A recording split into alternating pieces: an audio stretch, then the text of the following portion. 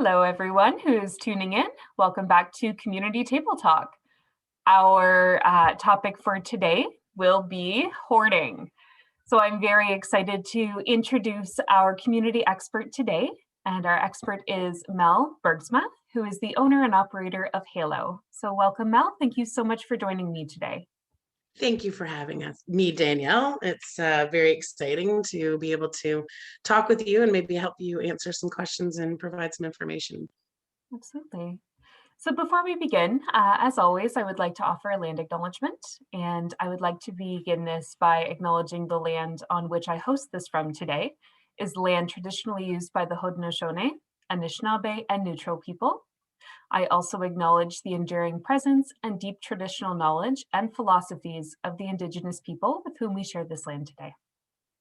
So without further ado, in the title, people may notice this is part one out of part two in terms of education on hoarding. So to give some context to that, Mel and I had a really wonderful conversation on the phone just around what this opportunity may look like. And we realized that it was going to be way too much information to pack into half an hour. So we've decided that this segment is more going to be about the education piece around hoarding itself, kind of the why, how, when, where.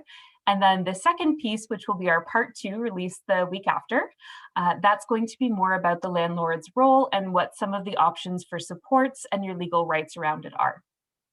So without further ado, Mel, I think maybe we should open this up just with a discussion around what is hoarding and why do people hoard? We hear this phrase all the time. Thank you. Yes, it's a phrase that continuously comes up, I think a little bit more now at the forefront when we are focusing a lot on mental health. Hoarding has come up into many conversations around the dinner table, around the water cooler, that kind of stuff. Not so much a water cooler these days, but over the Zoom calls, I guess it would be. There's many different reasons for hoarding. There's a lot of different,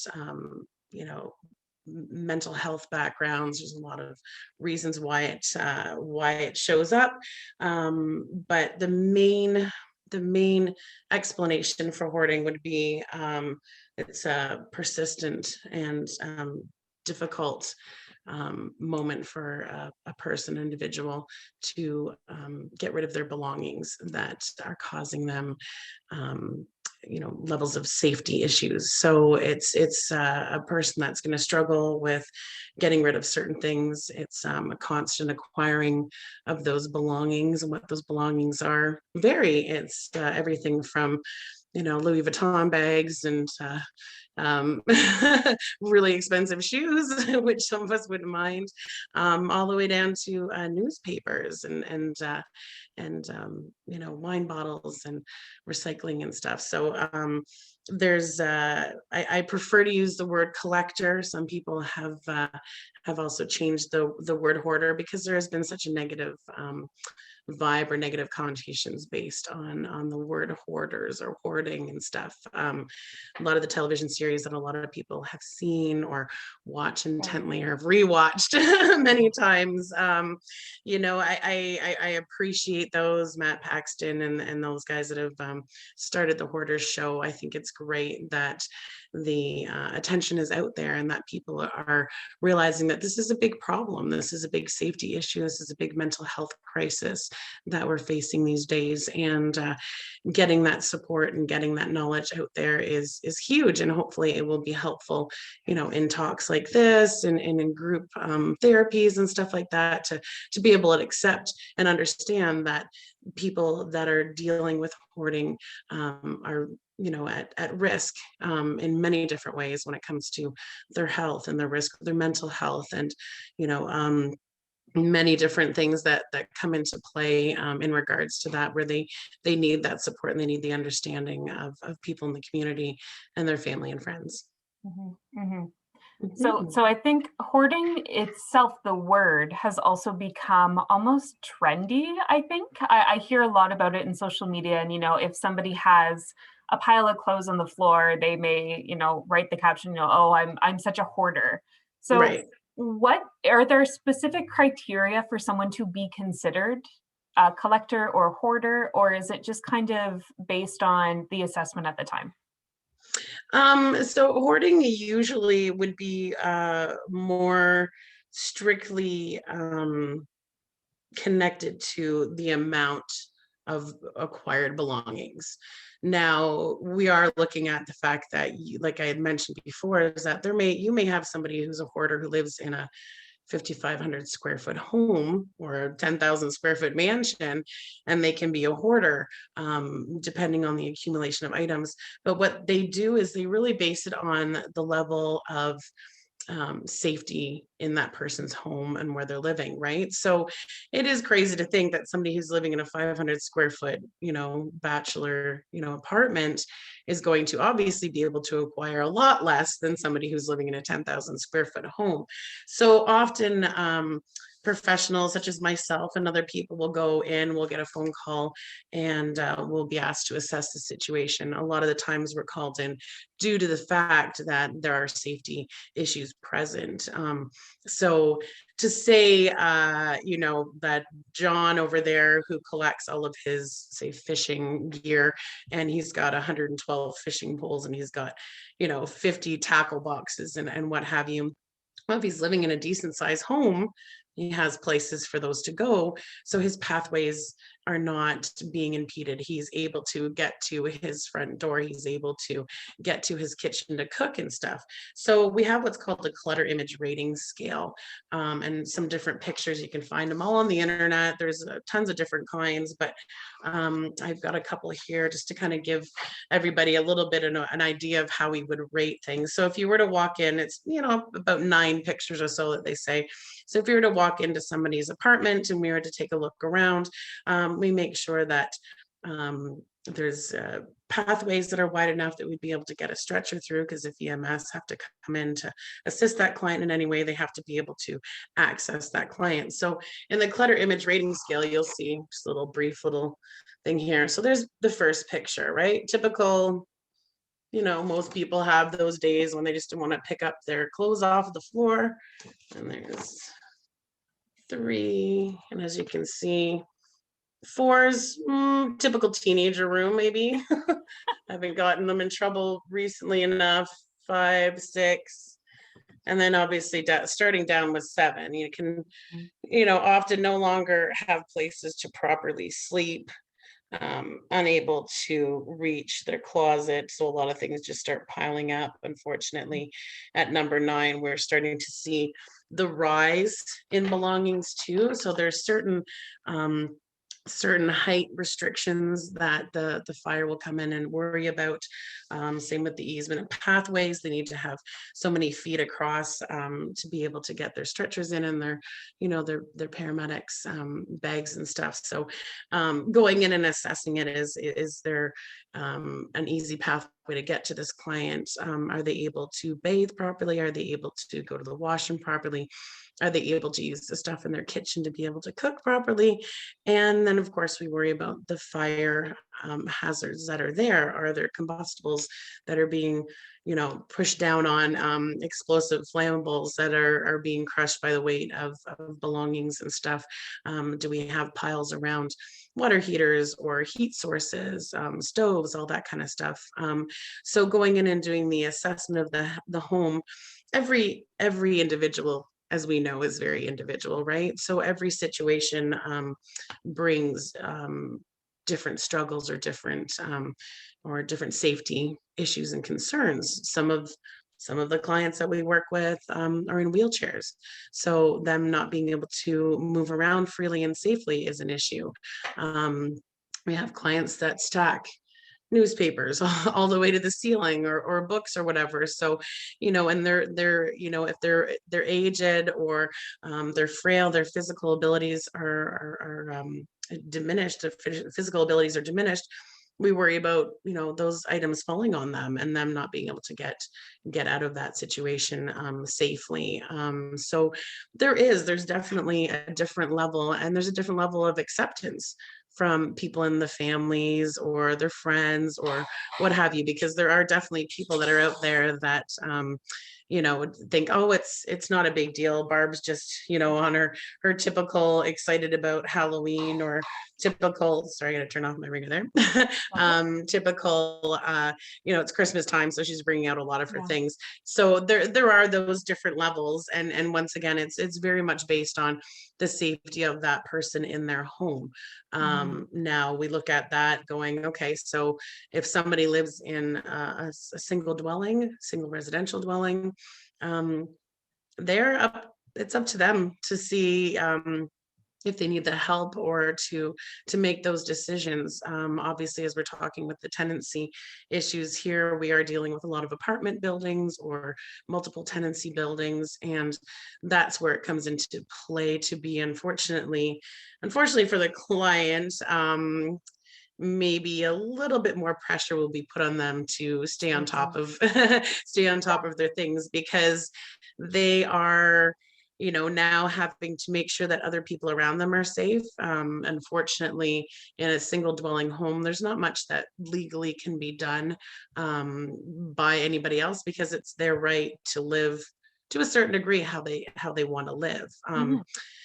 When you are dealing with tenancy in apartment buildings, obviously you have, the entitlement of the others to live well, and to live without smells and bugs and all the Yeah. other things that unfortunately come along with a lot of hoarding situations. And I think you Um, touched on a really great point as well, because I think in my experience, when I see someone who is in an apartment building who has concerns with hoarding, neighbors who are directly impacted by this can be very accusatory, sometimes even aggressive when dealing with this or yes, addressing that's their neighbor about it. So I think you brought up a really great point, and we'll talk about this a little bit more in the next session. But how mhm, housing providers explain these rules to right, tenants can make a big right. difference. And like you said, rather than saying you need X amount of feet clearance Mhm, because you do, yeah. saying, what happens if you were hurt? How do paramedics get in to come help you? That's why we need this space. That can make all the difference in the world as to whether or not someone wants to comply with those rules. Right. Yeah. And obviously with Halo, it's one of our biggest, most important things is empathy, right? Being empathetic to the situation. We're not necessarily living in that situation, and obviously as individuals we're not dealing with the same struggles and the same history and stuff. So being empathetic and listening, and just trying to work the best you can with that client, and build that level of trust with them, because to at the end of the day, you are going into their home, you are needing to have that level of trust, you are touching their belongings, and rearranging their lives. So building that level of trust, building that level of empathy, and it's the biggest thing that we get when we get emails, we get phone calls, is I'm embarrassed, I'm ashamed, I can't believe I let it get to this point, right? And instantly making them say, like, don't come to my basement. Do not come to my garage. Now everybody's Yeah. going to want to come over to my place and check my garage and basement. So now I really need to get it in here. But understanding that this is something that can happen so quickly and so easily for anybody, right? Like for anybody in any kind of situation. Going over, what is hoarding, and why does hoarding happen? Well, there's a million and 10 reasons why somebody can find themselves in a hoarding situation. Everybody's individual, everybody's history is different. There are the statistics that we can balance off, saying that, oh, hoarding can be considered a hereditary issue, right? So a lot of the times people are coming to us and saying, oh, my uncle was a pack rat, or I grew up with my mom being a pack rat, but my dad, made sure that the whole house was good, except he let her do her own thing in her bedroom, or what have you, right? So heredity is a huge part. Obviously, the mental health thing, it was 2013, added to the DSM-5, talking about why mental health is so closely related to hoarding. And it doesn't mean that somebody who's hoarding has mental health issues, or mental health issues will equal hoarding, there's just a huge mix of why people will find themselves. It's many different reasons where it comes to a loss. So a divorce, or the loss of somebody that was important to them. A lot of the times we can go into a client's home and start unearthing and moving things, and it's almost like a timeline. It's almost like we're geologists. We're digging for dinosaur bones, right? So we get into there and we can start looking at the different things that open up when we start to lift up things off the bed, or things that are in the living room and stuff. And you kind of see it like, oh wow, there's where the couch cover and everything was good there. And okay, so your husband passed away 10 years ago, and you weren't able to stay on top of things. Depression is a huge part of it.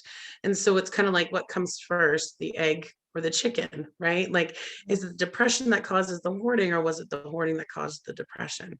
Right. And once again, individual, it all depends on the situation. So it's really about unearthing with that client right off the bat, why they have found themselves standing in the place where they're standing. What has happened in your past that helps us understand what we can touch, what we can't touch, what's a hot spot, what's not a hot spot, helping them in, I know that I had a list here that I thought was really interesting in regards to, what do we think the most commonly hoarded items are? Mm, Would you yeah, have, I have the top 10 that's a most good commonly question. hoarded items. Give me a couple of your ideas. What do you think? I'm going to say food, Okay, it's a good one. and I'm going to say clothes.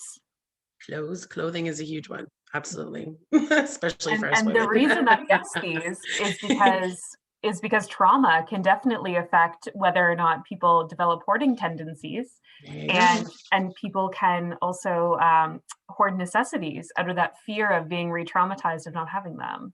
Absolutely, absolutely. I was talking to my husband this morning, and the one thing that he had brought up, that is often brought up, that I'm actually finding a little bit more with research, isn't necessarily true, that a lot of people assumed it was people that had survived through the war, people that survived through Oh, okay. depression, people that had been through not having anything, right? Growing up Mhm. in a home where they had multiple siblings, that that table comes out with the food, and everybody's got to like dive in there and grab it and stuff like that. That hoarding for the food it has been a big thing. I'm hearing a little bit less that has been, maybe not found as much or often, or it was kind of the first thing that we went to because to us it made sense. And Mhm. I think now that we're understanding mental health a little bit better, and I think that's a little bit more on the forefront, I think we're realizing, okay, that might have been a small part of it, but for the most part, we live in um a very abundant, Right. world right now, and in many of the places, especially here in Canada and the States and stuff. So it's really easy to acquire things, right? There's all those donation bins that are on the Mm. corners that don't always get picked up, especially during COVID, that are just brimming over with things, right? So you can go and collect them all and bring them home and stuff. Might be a little bit different in different parts of the world, but so the top 10 most commonly hoarding things: paper being number one, especially newspaper. Hmm. So memories, important Mhm. life events, that Mhm. kind of stuff. It's everything from Kleenex to paper towels, Mm. but newspaper is a huge part of it, for many different reasons, whether it's stuff they want to cut out, and keep and save. I know I had a gentleman just recently that wanted to keep a lot of the newspapers for Trump. So I said, you know what, I'm going to get you a big book. I'm going to get you a big Trump book, and you can look through Trump stuff all day long. I'm like, but we need to get rid of that huge pile that is up to the ceiling, because you're not going to be safe dealing with that, right? So I still have a Trump book that I need to purchase. If anybody has any good recommendations, let me know. Um, things used in everyday life that don't get put away. So, like you're saying, everyday life, right? Like Mm. you go to the grocery store and you have like a bunch of, bags and stuff like that, and you bring them in, and you're just kind of like, oh, that was exhausting, because some people may be walking all the way to the grocery store and carrying it back in the freezing cold, and they put it down. They're like, I'll deal with it later. I'll deal with it later, right? So yeah, everyday things. Excessive recycling. Recycling is a huge part of hoarding. I find a lot of the times we'll go in and they have the best of intentions. They will have piles and piles of bags of plastic bottles. And it's like, I meant to get that out, but I was worried I wasn't putting the right things out, or I was concerned that I wasn't putting out the right material, or I wasn't putting it on the right day, or I wasn't sure if I had the right day. So that's where the OCD comes in to There's play. a lot You'll of notice that's anxiety behind that. the anxiety and stuff, level of perfection, right? The need to always be perfect. So if they haven't rinsed them out, or they haven't found a lid for a bottle that they need to recycle, they'll obsess about it and they'll just put it down, they'll deal with it later, but they That's never so get around to dealing interesting. with it later, right? Yeah. Clothing is number four. Clothing, especially the fact that whoever is out there and goes, oh, I know I'm going to fit into that size 10 jeans next summer. I am going to do it. I'm going to get on that treadmill and I'm going to make it fit, right? Yeah. It's Yeah. really, really hard to part with that because often clothes don't necessarily get to the point where they have holes in them and they're really, really dirty and stuff like that. That may be a really, really based on a fluctuating weight. Right. So they're like, it's a motivating factor. I don't want to get rid of those expensive jeans because I bought them when I was a smaller size and I want to fit back into them. And I don't want to get rid of them because then I won't have that, that extra push to be able to fit into those smaller jeans. Right. So, clothing is a huge problem, and it's very, very easy to acquire. Like I'd mentioned with the donation bins and stuff being outside, it's really, really easy, especially if they haven't been, picked up, for us to go out and plug it under your arm and take it home, right? Exactly. We have some clients that, 50, 60 years of age, and they're collecting children's clothes, baby clothes and stuff because they're just grabbing bags and bringing them back. And once they're there, they're not taking them out. They're not like, oh, these are the wrong size, I'm just going to take them back to the selling in. Majority of the time, they'll just get shoved over in a corner and then that starts to build up. Plastic bags. And if anybody says that plastic lasts for 50 years and doesn't biodegrade, has never been in a hoarder's house to find plastic bags that are literally disintegrating into little pieces, right? But yeah, plastic bags, huge thing. So very we're doing a very great job at recycling and using different bags and stuff from the grocery stores and stuff. And what's happening is then we're stuck at going, well, I need garbage bags for my garbage bins when I'm at home, and I don't want to buy garbage bags. So I'm going to hold on to these garbage bags. And then those garbage bags come in, and then we put those more garbage bags. So I'd say plastic bags and actually the recycling bags, because how often do you go to the grocery store and then go, oh, shoot, I forgot my bags out there. Well, I don't want to get Exactly. more plastic bags. So I'm just going to buy more, recyclable bags. So next thing you know, we've got 100 of them at home. And we're just like, well, I don't want to get rid of them because I bought them, Hmm. right? So they Hmm. stay in our house for who knows how long. Now, people that don't struggle with hoarding and don't struggle with, getting rid of things will get to the point where we'll be like, okay, I can't put this on the back of my door anymore. Like, this is getting crazy. I'm Yeah. just going to recycle them, right? But at the same time, we're not necessarily working with people that aren't having that ability to make those decisions. Sentimental things, Mm. right? So your grandma's watch, your dad's favorite cigar holder or something like that, right? And that one hits home to people that don't struggle with hoarding, because I always say to people, I'm like, you judge people and you look at them and go, why the heck is this person collecting their own feces? Why is this person collecting plastic bags? I don't understand. It makes no sense. And I'm like, okay, but you have to understand that makes sense to them. A lot of the times it makes sense to them.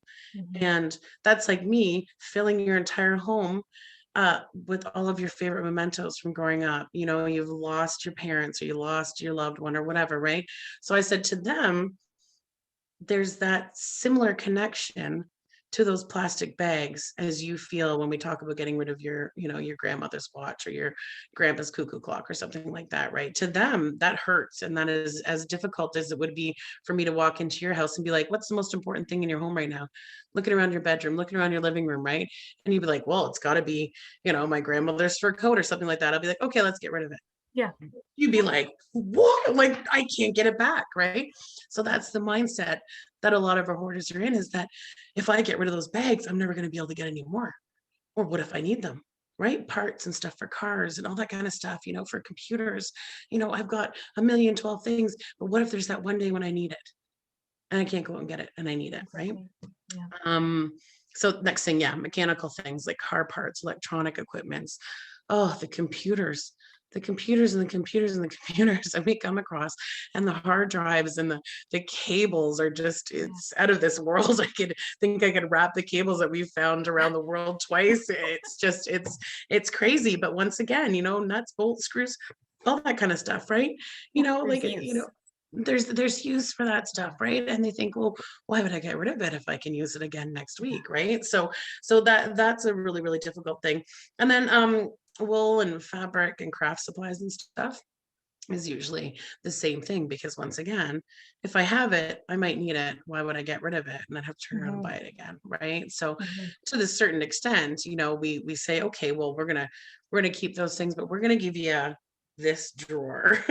Like, then you need to find a specific place. So when the stuff starts piling out, it's time to go through that again and get rid of a few things, right? So Mhm. we get that. People that don't struggle with hoarding understand that, but with some of our clients, that makes no sense. I'll just put it over here, and then I'll just put it over there, and I'll make room for it here. I know where everything is. Let me tell you, majority of them, they know where everything is. Yeah. They will not have a problem noticing if you're trying to get rid of something without their approval. Not that we And do that that. is just really enforcing the sentimental value of all of these items. Yeah. If you told me to list everything in my car right now, I couldn't tell you. I don't Right. know. It doesn't have sentimental value to me. So someone Yeah. who has a level 7, 8, 9 on the hoarding scale and being able to tell you what's in there is so impactful.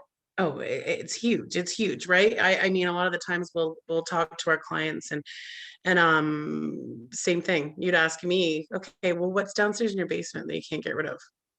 Yeah. I don't know. I can name off, well, obviously a few things, but to name off every item in a piled room full, like 5, 6 feet to the ceiling, Mhm. they'll know. They'll know. They'll have that in their minds. Majority of them. Some of them don't, right? And Mhm. once again, that goes back to the individuality of the clients and why they are in the spot that they're in, right? What has brought them to that point? Has it been a loss in their life? Has it been a significant trauma? Has it been, I just grew up like this? I don't know any other way, right? I mean, they're ruining relationships, marriages, families are breaking up over this stuff. People are ending up in the hospital.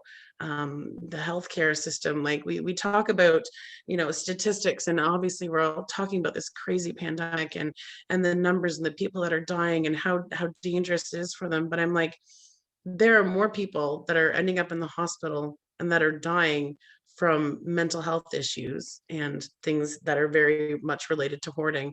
Mhm. Um, but we're not spending millions of dollars to help them get out of it. We're not spending millions of dollars to support them and go into their homes and help them and give them what they need, whether that's everything from CBT support or medication or something like that, right? Or the ongoing support to have people come in. The government's given us funding for like a couple of years in here in Waterloo, right? For supportive housing of Waterloo. And their response was, well, we had too many people coming back to the program. We went and did their place and then they came back. I'm like, well, we have methadone people, right? We have people that are using methadone. We have people that are Mhm. using safe injection sites. We don't stop them from coming because they were there last week, right? So why do we place a value or a time limit on people with mental health issues that manifest themselves in the acquiring of belongings, right? Why don't we put that Absolutely. time and effort into it? Because here we are taking up all this time with all these experts, with fire department, with EMS, all that kind of stuff, all the time that they spend in the medical system, because nobody's able or willing or has the financial time, money, whatever it looks like, to help them and to help the root cause. Because Mhm. in the end, we can go in and we can clean up, right? We can clean up somebody's house if they're willing. We'll go in there, we'll do the whole thing, we'll get it tip top, ready to go, no problems, right? But if we're not dealing with the root cause, if we're not supporting them and making them understand how they got to this place, some of them have insight. Some of them have insight. You'll go and talk to them, and you'll be like, so what's going on here, right? How did you get to this point? You'll have clients that will completely deny that there's an issue whatsoever. Oh, it's fine. Look at me. I can get through this hallway and I can do this and I can do that. And oh, if I want to cook something, I just move all this stuff off the stove or whatever, right? So there's some that have zero insight to it. They don't see that there's a problem at all. And then we have clients who break down and cry and say, I can't get on top of this if my life depended on it, right? I'm in a wheelchair. I have, I've had a stroke. I have amnesia. I have acquired brain injury. Like there are so many comorbidities that are in place when it comes to dealing with people that struggle with hoarding. And if we're not willing, we don't take the time to figure those out, then we're just literally putting a band-aid on that dam. Like we're just walking up, putting a band-aid on the dam, walking away, right? Because you know what's going to happen is it's going to be a cycle and it's going to continue, right? And to the point that, once again, they're in the hospital or unfortunately they pass away due to all of the reasons that all the difficult, circumstances that come because of hoarding. So, I mean, it's a huge problem. It's out there. It's hidden, right? Like people don't want to run around with a sticker on their window being like, I'm a hoarder. Like, I put my kids through college and I'm a hoarder, right? Like it's not a Yeah, bumper sticker that you want to have, of right? course. So I think we're lucky to be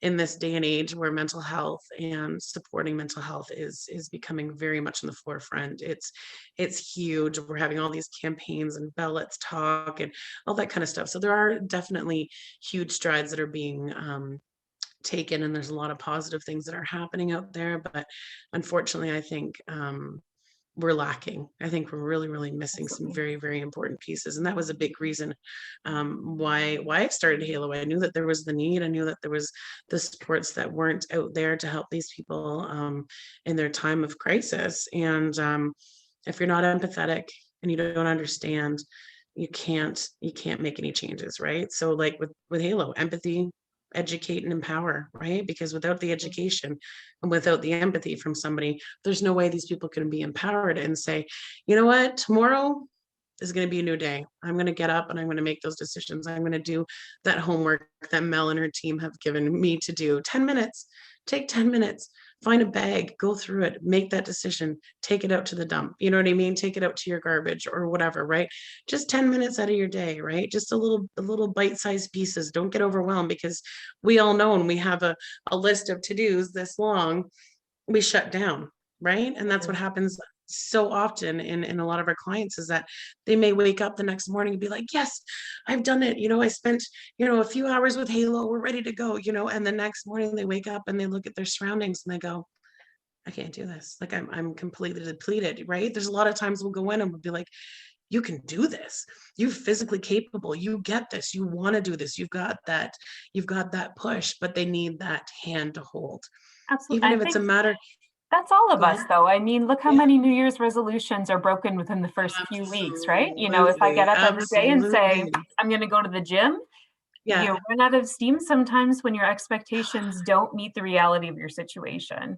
And that's Mel, for our exactly last it. few minutes together, I would Yep. really like to go over, especially for the folks who are tuning in that are not housing providers, Mhm. let's just discuss briefly around how hoarding actually affects a tenancy. So we discussed safety issues in the building are created. It can Yep. create negative relationships. It can break down community for that person if they're living in a apartment building or complex. Mhm. Um, we have fire safety hazards. We have physical safety hazards for that person. Yep. What are the risks if hoarding continues in terms of tenancy?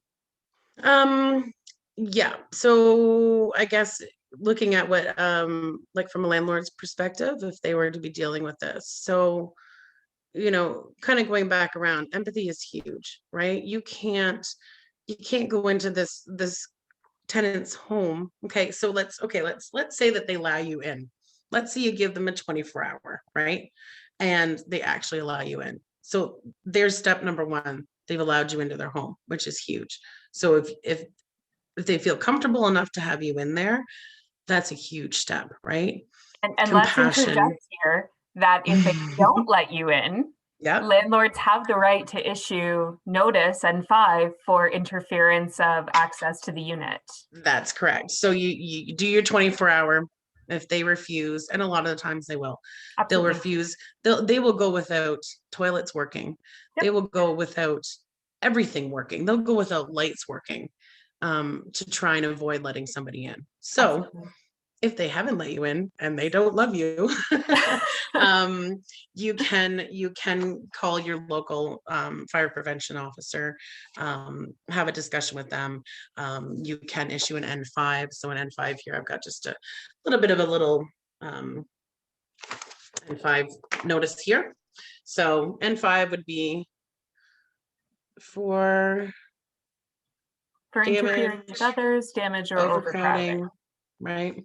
Yeah. So you have to fill these 3 pages out, goes through questionnaires as to the tenancy and the lease and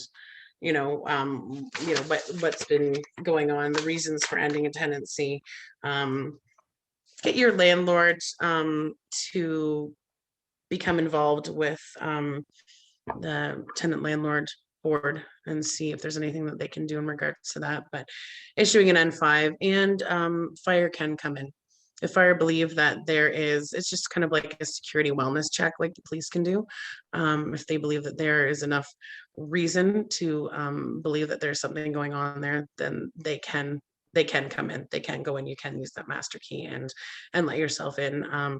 And you know what? As awkward and as hard as it is sometimes, it's for the best for everybody, right? Because we know that with hoarding and stuff like that comes so many issues. I mean, I haven't even touched on bugs like pests and stuff that unfortunately, if there's a Another hoarding huge issue, and tenancy issue. right, so that's, I mean, obviously, like we said, we're having multiple parts for this table talk because there's so much that we can discuss, right? But as a landlord, your hands aren't completely tied, right? There are different avenues that you can go down. I would say my favorite is obviously the empathetic role, right? Getting in touch with people like such as myself, right? I will come out and do a no cost, conversation with a client and see if they're willing to even meet me out in the lobby or something like that, right? Because I mean, once the majority of our clients, once they meet myself or somebody from my team or whatever, and they feel that we're there to help them, we're there to just support them in the best way, and for them to realize, like, if you're looking at not having a home to live in, you're not going to be able to have anywhere to store your things. Hmm. Right. A lot of our clients, if any of our clients have hoarding issues with animals, saying to them that they don't have, they won't have a place for little frou-frou muffin and bingo to live if they're living on the streets, you know what I mean? Yeah. So really pulling on their heartstrings to make them realize, like, if you really want to keep your items, we're here to help you keep your items and the Mm. roof over your head. But everybody has to work together. Everybody has to be safe. Everybody has to know that your tenancy here in this apartment isn't going to negatively affect your other neighbors. So yeah. Absolutely. All Mhm. right, Mel. Well, I think we'll wrap it up right now for our first segment. And hopefully this was able to provide a bit of new information for anybody watching, and they have a better grasp of what hoarding actually is and what it entails. And then our next segment will be, you've identified that a tenant or a client may suffer from hoarding. Now what? Now what do you do? So stay tuned for that. That will be early next week. That will be released right after this. So we will have Mel back then. And thank you so much for tuning in, and thank you, Mel, for taking the time to chat with me today. Thank you so much, Danielle, for having me. Awesome. But yeah, we'll see you next week.